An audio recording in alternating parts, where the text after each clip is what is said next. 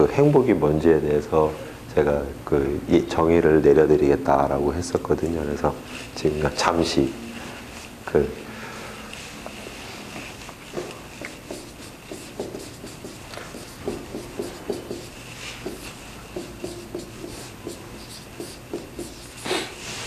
이 우주 통틀어서 이 우주에는 물질이라는 게 있어요. 그죠? 네, 그래서 이 물질은 그 물질 나름대로 고유한 법칙을 따릅니다. 그리고 이 법칙은 우리가 이성으로서, 그러니까 생각이나 논리로서 아주 그냥 분명하게 결론을 내릴 수가 있어요. 그래서 이 물질이 나름대로 다니는 법칙이 있단 말입니다. 그 법칙을 갖다가 우리는 보통 이렇게 도라고 얘기를 하죠. 네, 이렇게 도라고 얘기합니다. 그러니까 어떤 분이 도가 텄네. 그러면 벌써 예를 들어 날씨가 흐리면 다음에 어떻게 될지, 갑자기 낙엽이 떨어지면 어떤 현상이 벌어질지, 이 자연, 물질의 이치는 아주 뻔합니다. 모르는 사람은 도통 모르겠지만 아는 사람은 아주 뻔하죠. 그래서 이 이치를 가지고 다닙니다. 그리고 이 마음이 다니는 길이 있어요. 이 마음이 다니는 길은 이 물질이 다니는 길하고는 또 많이 다릅니다. 그래서 예를 들어 물질은 제가 여기서 뭐 어떤 힘을 주고, 만약에 100이라는 힘을 주고 이대로 던졌다, 방향 틀리지 않고 그러면 항상 그 자리에 딱딱 떨어져요. 그죠? 정확히 그 자리에 떨어집니다. 물질은. 그런데 마음은 그 길하고 좀 달라요. 그래서 마음은 쉽게 얘기하면 어떻게 다르냐면, 물질은 제가 벽돌 하나 둘 쌓는다고 보면 벽돌 한 장에다가 또 하나 벽돌을 쌓으면 딱 벽돌 2장이 되잖아요. 그죠? 네. 근데 우리 마음이라는 건 하나에다가 하나를 쌓는다고 둘이 되는 게 아니에요. 하나에다가 하나를 쌓는다고 둘이 되는 게 아닙니다. 그러니까 쉽게 얘기하면 이런 거죠. 고객님들에게 인사를 했을 때, 처음 한 번 했을 때, 두 번 했을 때, 요게 효과가 한 번 했을 때, 2번 했을 때 딱딱 한 만큼 나오는 게 아니에요. 네, 한 만큼 나오는 게 아니에요. 그래서 지금 여기서 얘기해 드리려고 하는 건 뭐냐면, 물질은, 벽돌은 쌓는 만큼 딱딱 돼요. 딱딱 되는데 마음은 쌓는 대로 되질 않아요. 그래서 많은 성인들이 헤맸죠. 과연 마음은 어떻게 다닐까? 네, 도저히 예측이 안 되는 거예요. 예측이 딱 되면 좋겠는데. 그러니까 모바는 커트 섹션 어떻게 떠서 어떻게 하면 된다고 어디가 잘못됐는지 탁탁 나오는데, 요놈의 거 마음은 도저히 예측이 안 되는 거예요. 그래서 어느 순간에 보니까 이 마음이 다니는 또 길이 있더라는 거죠. 네, 그 마음이 다니는 길을 우리는 덕이라고 그렇게 표현을 했습니다. 이렇게요. 그죠? 덕이라고 이렇게 표현을 했어요. 그래서 노자는 저걸 가지고, 저 두 가지 화두를 가지고 도와 덕, 그래서 우리가 불경이나 성경 이렇게 하듯이 도덕경 이렇게 얘기를 한 겁니다. 그래서 주옥 같은 말씀을 그 노자가 얘기를 했는데, 저는 오늘 얘기하려고 하는 건 뭐냐 하면, 이건 개념만 잡아드리려고 하는 거예요. 그럼 이제 우리가 여기서 보자 이거죠. 나는 과연 물질을 잘 컨트롤하는 능력이 있는가? 물질을 잘 컨트롤하는 능력이 있는가? 네. 그 물질을 잘 컨트롤하는 능력이 있으면 그 사람은 상당한 뭔가 힘을 갖게 될 거고요. 물질을 잘 컨트롤하는 능력이 없으면 그 사람은 뭔가 낮은 뭔가를 느끼게 될 거예요. 그죠? 그래서 누군가가 그 느끼는 걸 가지고 이 물질에 대해서 느끼는 낮은, 자기만의 뭔가 낮은 거, 이거를 갖다가 저는 무력감이라고 생각을 해요. 용어는 중요하지 않습니다. 용어는 중요하지 않아요. 용어는 뭘로 표현하든 어쨌든 내가, 그러니까 물리, 과학을 제대로 컨트롤하지 못하는, 그러니까 과학 지식이 없으면 나는 물질을 잘 컨트롤할 수 없다고요. 과학 지식이 있는 사람은 큰 바위도 깨트리지 않습니까? 내가 원하는 대로 조각을 하죠. 이건 다 과학이에요. 그런데 반대로 마음을 컨트롤하지 잘 못하는 사람들이 있어요. 그죠? 예, 이 마음이 낮은 상태를 뭐라고 표현하면 좋을까요? 마음을 잘 컨트롤하지 못한, 예? 예, 뭐라고 한번 얘기해 보세요. 뭐라고 표현하면 좋을까요?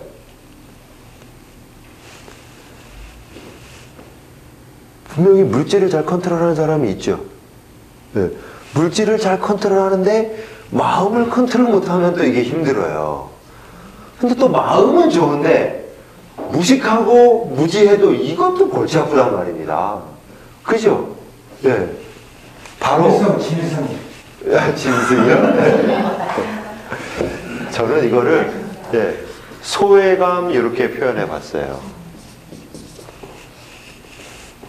내가 왠지 외롭다라고 생각하면 그때는 소외감을 느끼거든요. 그러니까 내가 마음을 컨트롤할 수 없다는 거예요. 네.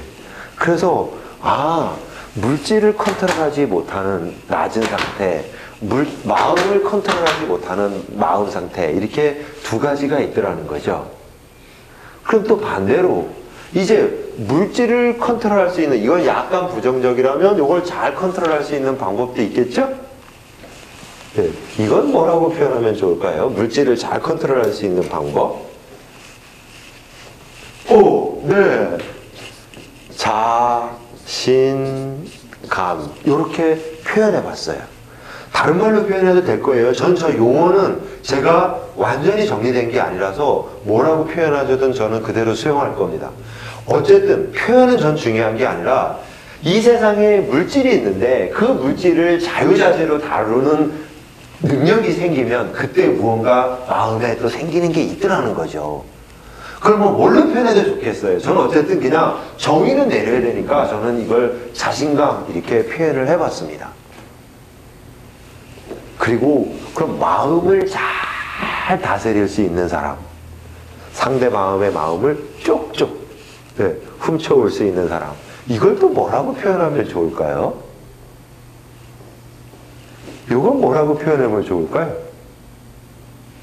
네, 저는 이걸 한번 유대감이라고 이렇게 표현해 봤어요. 네, 누구는 유대감이 좋다 뭐 이런 표현을 하지 않습니까? 네, 그래서 저는 이걸 유대감 이렇게 표현을 해 봤어요. 그래서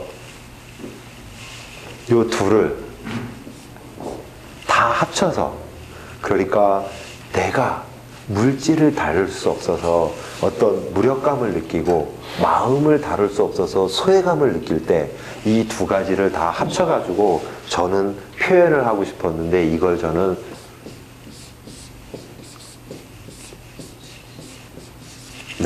수치심이라고 이렇게 표현해 봤어요. 다시 하지만 이 용어에 대해서는 저는 아직 확신은 없어요. 그러나 분명히 사람이 이 둘을 컨트롤하지 못할 때 뭔가 느끼는 그런 마음이 있더라는 거죠. 결론은 저게 저는 불행이 아닐까라고 생각해 봤습니다. 수없이 많은 사람들이 뜬구름 잡듯이 행복 불행을 얘기하는데 제가 보기엔 명쾌하진 않더라는 거죠. 근데 어느 순간 회장님이 저한테 계시를 딱 내려주셨어요. 가만히 있는데, 소장님 이게 불행 아닌가? 그러면서 딱 전화를 주시는 거예요. 그래서 제가 마음의 전화를 딱 받은 거죠. 맞아요 회장님, 맞아요, 이게 불행인 것 같아요. 그래서 저는 이거를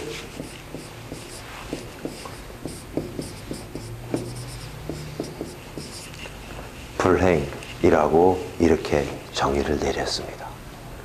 그래서 제가 회장님께 어제 사담으로 말씀드리면서 분명히 명쾌하게 제가 정의를 내려드린다고 큰 소리 빵빵 쳤는데, 과연 이걸 회장님이 명쾌하다고 인정을 하실지 안 하실지 그건 저도 모르겠네요. 그러나 저는 느낌에 이 정도면 왠지 확실하고 왠지 깔끔한 정리가 되지 않았을까 라는 생각을 그냥 저 혼자 해본 확신 때문에 회장님께 어제 제가 정의를 내려보겠습니다 라고 얘기를 했어요. 그래서 그러면 우리가 이제 자신감하고 이때는 저는 이거를 자긍심이라고 이렇게 표현을 해봤어요. 내가 쉽게 하면 과학을 이해하고 마음을 다스릴 수 있는 감정을 이해했다고 하면 나는 상당한 자긍심을 느끼지 않을까. 그리고 그걸 바로 행복이라고 하지 않을까라고 생각을 해봤습니다. 그러다 보니까 사람들은 불행하고 살고 싶지는 않아요. 그죠? 사람은 그래요. 불행하고 살고 싶지는 않아요. 그런데 불행을 극복하려면 꾸준히 길게 끊임없이 노력을 해야 되는데 그건 또 하기 싫어요. 그죠? 그건 또 하기 싫어요. 그래서 사람들이 저는 이때 선택을 한다고 봅니다. 불행한 사람들이 선택하는 바로 이게 뭐냐 하면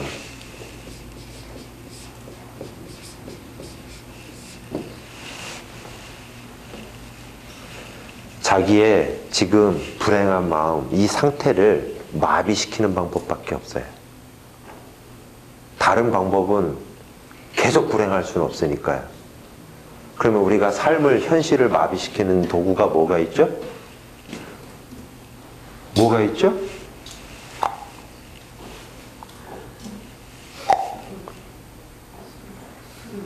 네, 제가 보기에 술을 마시는 사람 중에 행복한 사람은 조금은 빼놓고요. 네, 조금은 빼놓고 거의 없는 것 같아요. 불행해서 술을 마시고 그 불행을 마취시키려고 하니까 네. 그래서 이 세상에 마취제가 얼마나 많은지는 아시죠? 네, 많이 있습니다. 네, 요것도 마취제예요. 요것도 마취제고요. 요것도 마취제예요. 쓰리고, 네, 요거 마취제예요. 슬롯머신 이런 거 있죠? 네, 이거 다 마취제예요.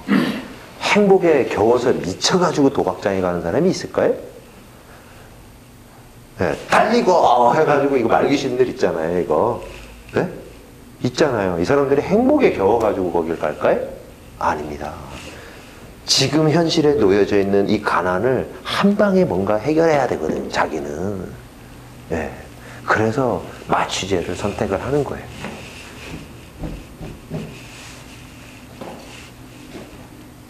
네. 마취제를 선택하는. 행복한 사람들은 제가 보기에 이분들은 나눔을 실천해요.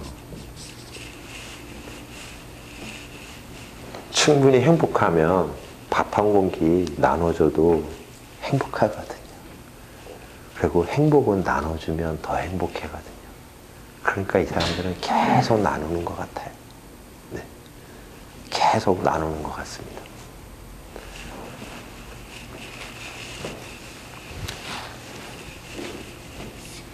결론은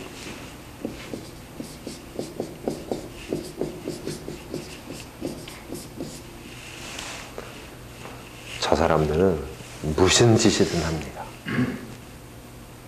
무슨 짓이든 해요. 63빌딩에 올라가서 새가 되기도 하고, 네. 자기 생명도 과감하게 던질 수 있는, 네. 이걸 피하기 위해서 무슨 짓이든 합니다. 그래서 친구를 속이고, 아내를 속이고, 남편을 속이고, 네. 가족을 속이고, 네. 무슨 짓이든 해요, 저 사람들은. 정말 무서운 거죠.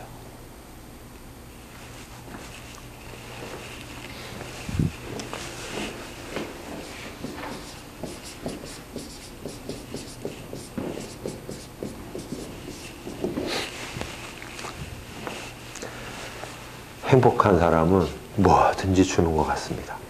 네. 가장 중요한 자기 인생에 사람의 목숨을 수치로 나눠놓으면 결국 시간이죠? 그죠? 사람의 목숨을 수치로 얘기하면 시간 아닙니까? 네. 시간을 잘라줍니다. 누군가에게 시간을 투자하고, 누군가에게 마음을 투자하고, 누군가에게 물질을 투자하고, 네. 뭐든지 나눠줍니다. 그래서 오늘 원장님들께 정리해드리고 싶었던 건 뭐냐면, 원래는 이거 예정된 건 아닙니다. 어제 회장님하고 얘기하다가 갑자기 해서 제가 평소에 생각을 정리해 놓았던 게 있었는데 회장님이 마침 딱 얘기를 하셔서, 그래서 과연 행복이란 뭔가? 라고 하면 내가 물질을 마음대로 컨트롤할 수 있는 그런 어떤 마음 상태, 그리고 내가 사람의 마음을 안고 당길 수 있는 그런 마음 상태, 이 두 가지가 어우러져 있으면 충분히 삶은 행복해진다고 생각을 합니다. 그리고 그 둘이 잘 되지 않으면 결국 우리 삶은 불행해진다, 이렇게 생각을 합니다. 그래서 제가 내린 행복과 불행의 정의, 바로 이렇게 마무리를 하겠습니다.